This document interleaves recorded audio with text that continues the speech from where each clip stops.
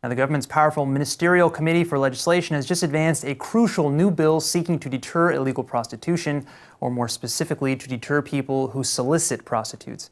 Now, the proposed legislation still needs to, of course, be passed through the normal channels of the Knesset in the next session to become a law.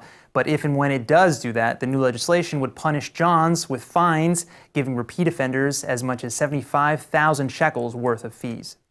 This proposal comes from the Director General of the Ministry of Justice, but this is actually one of the rare occasions where it was incubated with broad support across the political spectrum, with members of the left-wing Meretz party joining forces with members of the right-wing Jewish Home Party. And this kind of cooperation is probably the result of what's known to be a major problem of sex crime, trafficking, and abuse running rampant in urban sectors of Israel, particularly in Tel Aviv, where thousands of men and women are involved in the prostitution trade, sometimes very much against their wills.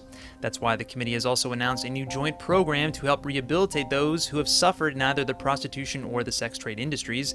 New programs would also help former prostitutes find jobs, get proper health care, and seek treatment for sex abuse. Additional educational programs will also be placed in schools to teach about the harm that can come from the sex trade.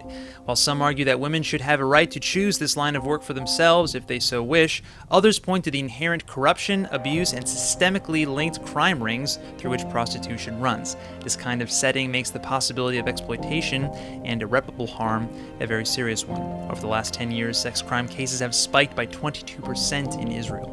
The new law, if passed, would punish those who solicit prostitutes with a roughly $400 fine, but that amount compounds for repeat offenders.